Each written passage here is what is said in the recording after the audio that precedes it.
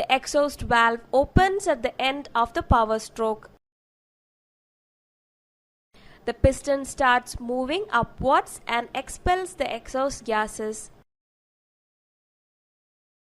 Inlet valve opens towards the end of the exhaust stroke and draws air into the cylinder. This is called overlap period. Inlet air cools the combustion chamber and also pushes the exhaust gases out of the cylinder. Valve timing diagram depicts the time at which the valves are set to open and close.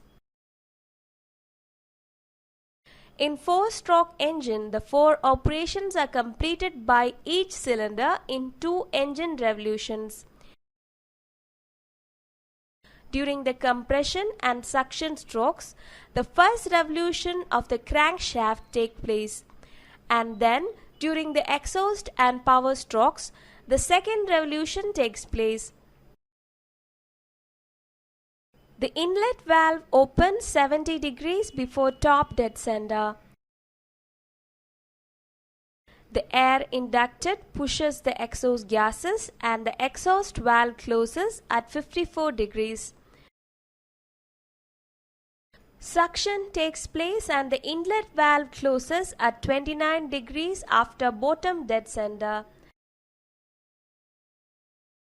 As the piston moves up, compression takes place and fuel injection starts 10 degrees before top dead center. The fuel injection valve closes 5 degrees after top dead center.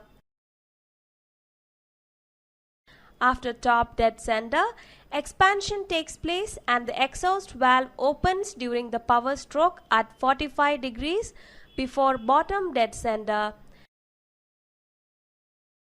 The exhaust valve closes at 54 degrees and the cycle continues.